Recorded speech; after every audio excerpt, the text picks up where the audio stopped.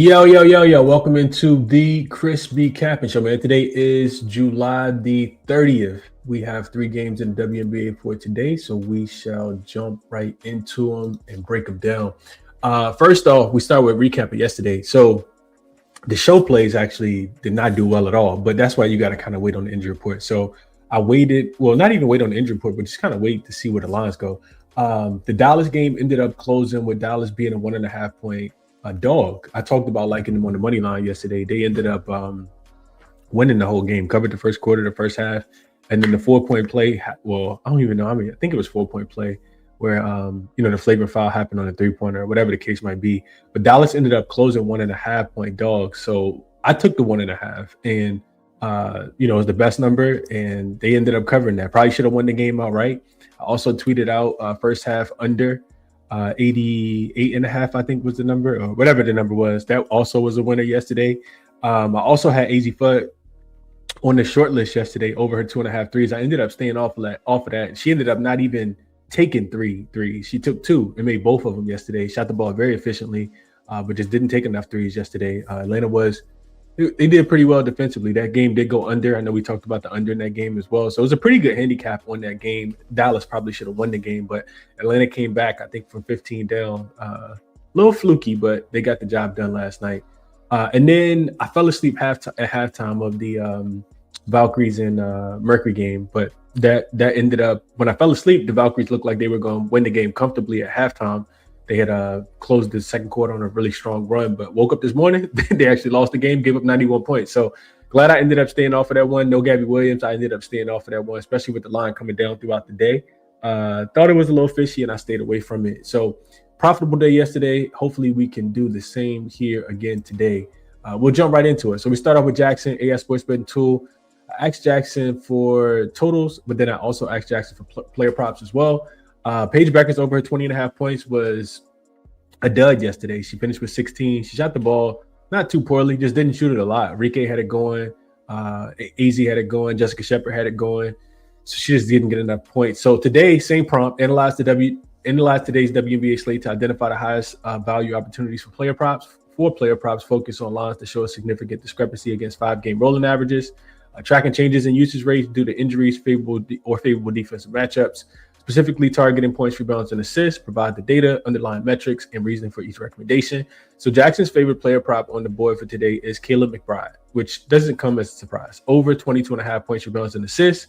It says that she's currently playing at an elite level, significantly outperforming the 22.5 line. Over her last 5 games, she's averaging a massive 27.2 points, rebounds, and assists. And over her last 10 games, that average climbs to 29.5. She set the over on this specific line in 100% of her last 5 games and 90% of her last 10. The matchup against Toronto is favorable. Toronto ranks 13th in defense against her position. Middle of the pack, well, that's not even middle, that's the bottom, which should not be enough to slow down her current momentum. McBride's role as the primary scorer and playmaking engine remains solidified. Her season average of 24.03 points, rebounds, and assists further support this line. Is set too low for her current output. So Kayla McBride over her points, rebounds, and assists at 22.5. She has been cooking as of late. Feedback, no fee, whatever. Kayla McBride has been cooking. So we'll talk about that game in just a second. Let's jump into it for today, man. Let's go with Connecticut and Chicago. So I'm looking through this one, and we'll start, before I get ahead of myself, we'll start with the injury report. So we have, let's see, let me get to my notes too. So we got the injuries on the Connecticut side. Aaliyah Edwards is out. Brittany Griner is out. Of course, no Haley Van Lith. And that's a lot. That's a lot of size. I mean, you still got, Anisha Morrow. You still got Olivia Nessano-Adota. But it's a lot of size missing for Connecticut with Aaliyah Edwards and Brittany Griner. So we'll talk more about that in a second. On the Chicago side, they could potentially get Dejanay Carrington back, but they will not have Azurá Stevens. She's out for personal reasons. Maddie Westbell is out, and Chloe Bibby is out as well. And no Skylar Diggins, of course. So this is a game that I don't really love too much. You got a Connecticut team that is starting to regress a lot. They had that run where they were, playing really, really well and almost beating the Minnesota Lynx. And then you have the Connecticut Sun of late that just gave up 100, almost 130 points to the Indiana Fever before the All-Star break, and then 92 points to the Washington Mystics just 2 nights ago. So it is their second game after the break.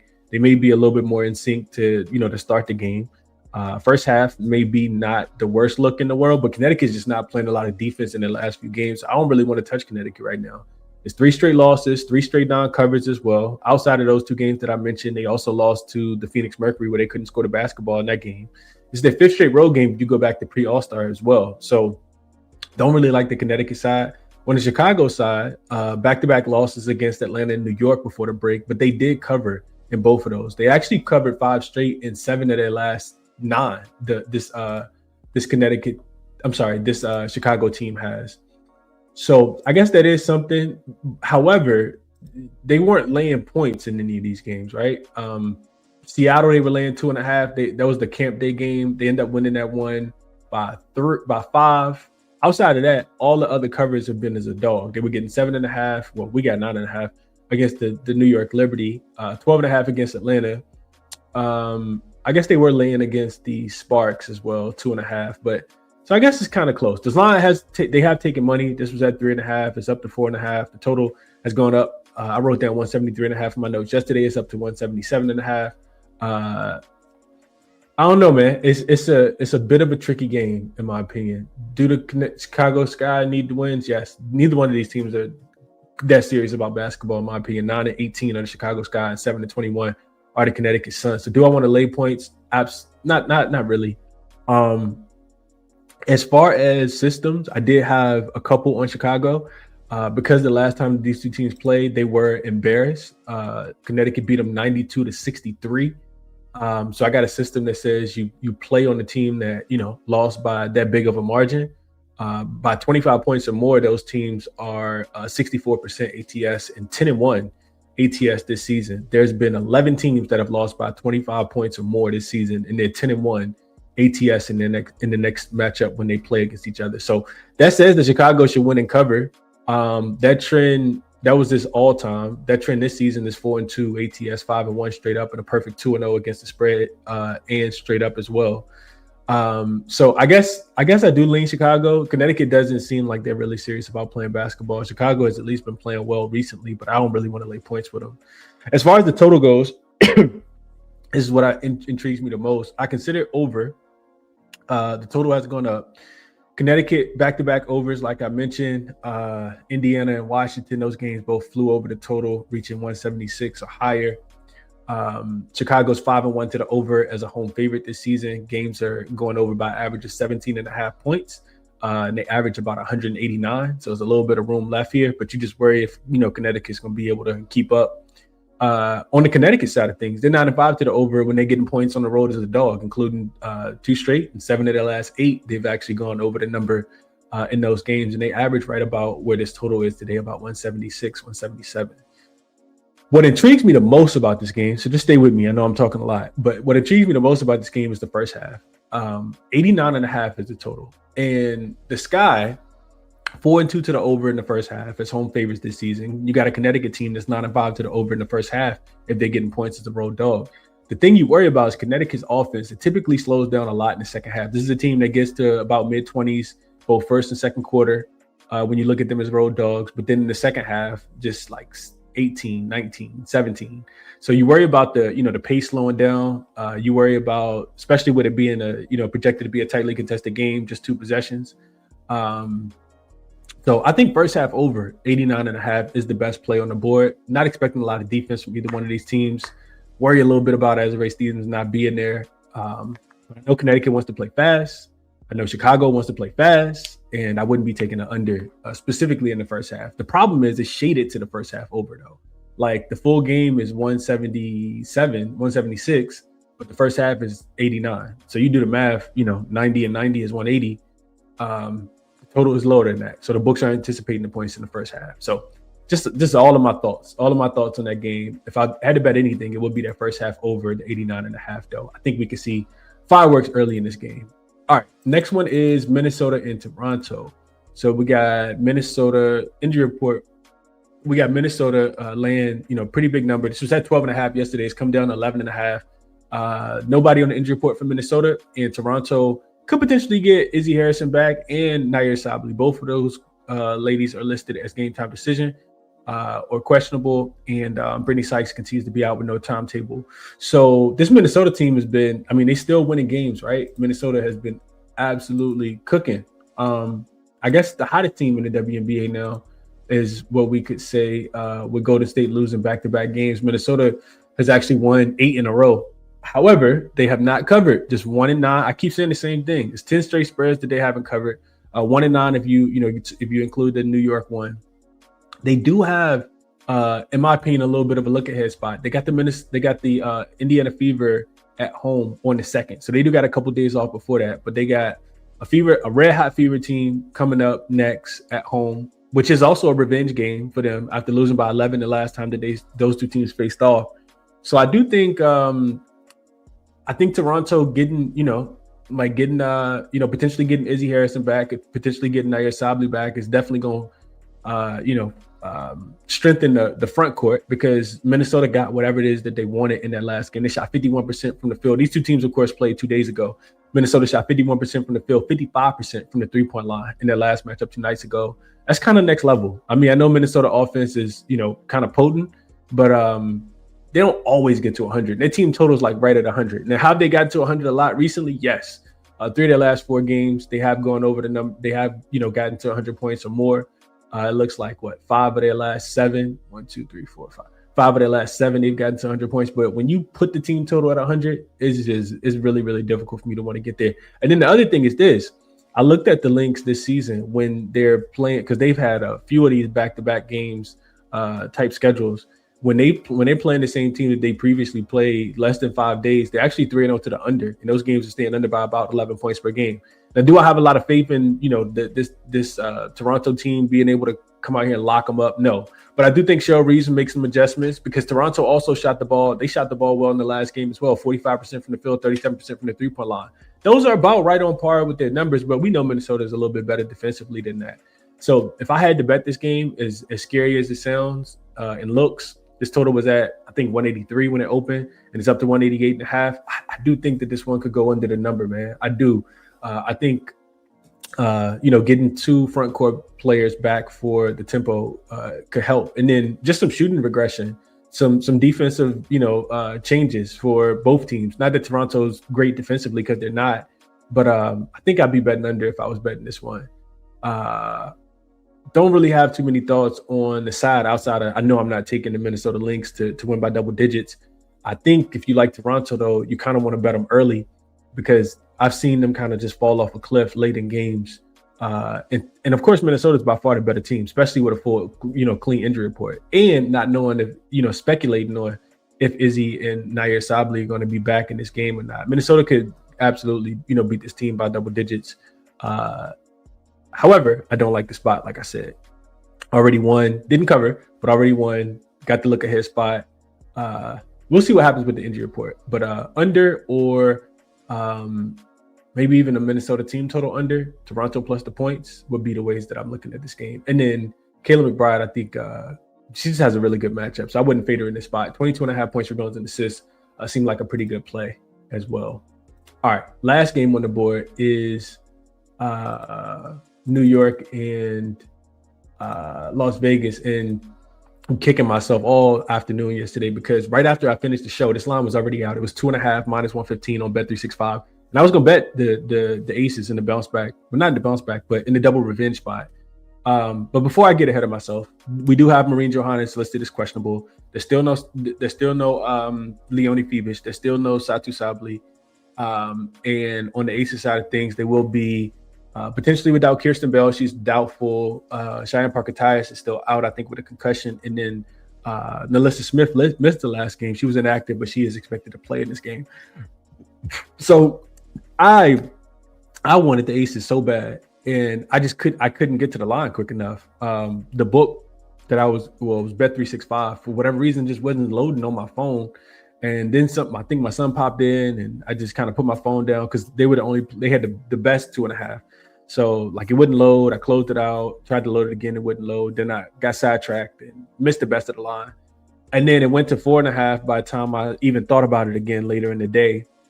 And I was like, damn, I missed the best of the number. But now I wake up, I see a 6.5, 5.5. And while I think the Aces are head and shoulders better than the current version of this New York Liberty team, I just don't want to get the worst of the number. So let's talk about it. The Liberty, they do have 3 straight wins, but they played in 6 straight overs, 5 straight non-covers. So when you play in 6 straight overs and 5 straight non-covers, that's telling you that the defense has been non-existent.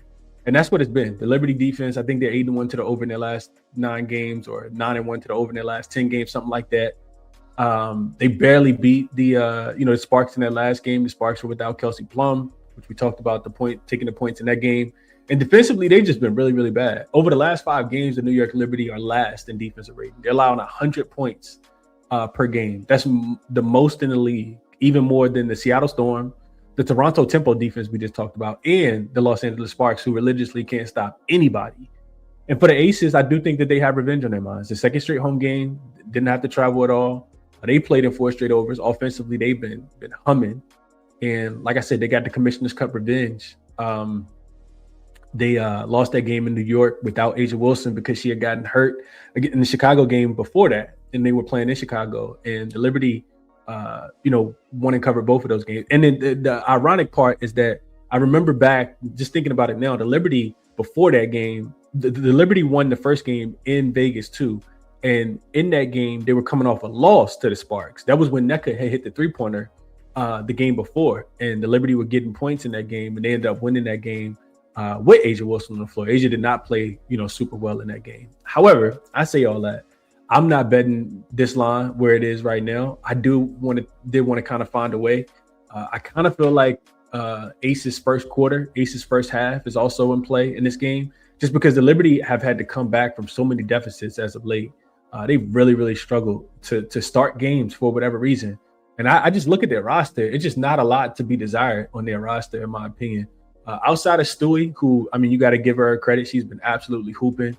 Her and one of the other two, between Sabrina Ionescu and Jacko Jones, they've been kind of fluctuating as far as consistency goes. But without Phoebus and without Satu Sabli, I do think that I think the Aces get the job done today, man. I like Jackie Young a lot, and that's who I'm going to talk about, and that's who I'm going to target in this game.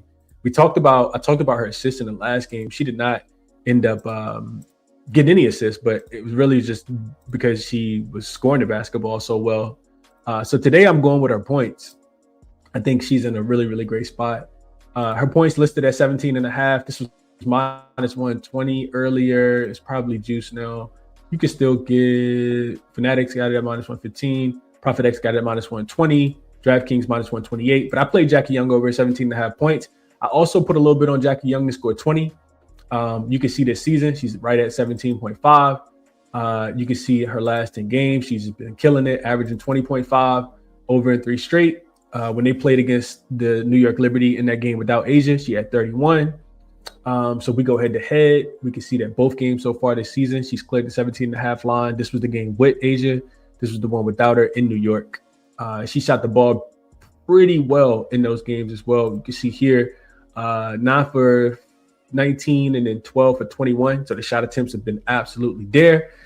And I like Jackie a lot today, man. 20 in a win was like plus 193. I think that's something that I may dabble on today. But Jackie, I think, is in the best position, in my opinion, in this game. They just don't really have anyone to be able to slow her down or to stop her, in my opinion. Rebecca Allen is a tad bit too old at this point in her career, and she's been getting those starting minutes without Nair Sabli and Leonie Phoebus being there, at least in the last couple games. So we'll see. That's the slate for today, man. Let's jump into a quick recap. Again, hit the like button if you can. Subscribe to the channel if you guys have not already. And let's recap. So let's go with this first game. I think if I like proverbial, free bet, I'm taking Chicago. I do think that they are the right side, but even more than that, let's go Connecticut, Chicago, first half over. I'll put a little bit on this, 89.5. I do think that's the best look in that game for the pace to pick up. the points to be scored early. Also considered in that game, I didn't talk about this, but Anisha Morrow over her, I think 12 and a half, 11 and a half. It was bumped to 13 and a half, I think, on a couple books. Over her points, just without Aaliyah Edwards and without Brittany Griner, I think she could dominate the front court. She only got, Nelson Ododa down there that really help her out. And Chicago, they can bleed points in the paint for sure.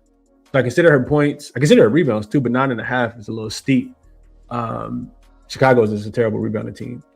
Next game, Toronto, Minnesota. I know this one seems gross, man, but I think either Toronto first half or Minnesota, Toronto under the 188.5. Let me see where you can get the best of that number real quick. Total points. 188.5 on DraftKings is the best number you can get. And I didn't bet either one of these, but I probably will bet. I'll bet Chicago, though. I'll bet Chicago, Connecticut over the first half over. I'll make that one green. That will be a play. And then Jackie Young over 17.5 points. And put a little bit on. I'm going to put a little bit on Jackie to score 20 as well. 20 in the win, like I said, is plus 193. And I do think that those things come to fruition today. So that's what I'm thinking, man. It's not the greatest slate, in my opinion, but I do think it's I think we can find some ways to definitely get paid. I think we just did. Resources all linked in the description. Jackson Outlaw, Moneyball, Odds. Make sure you guys check these out if you are interested. And that'll be it, man. I will catch you guys tomorrow for another 3-game slate. Y'all enjoy the Thursday. Enjoy the games.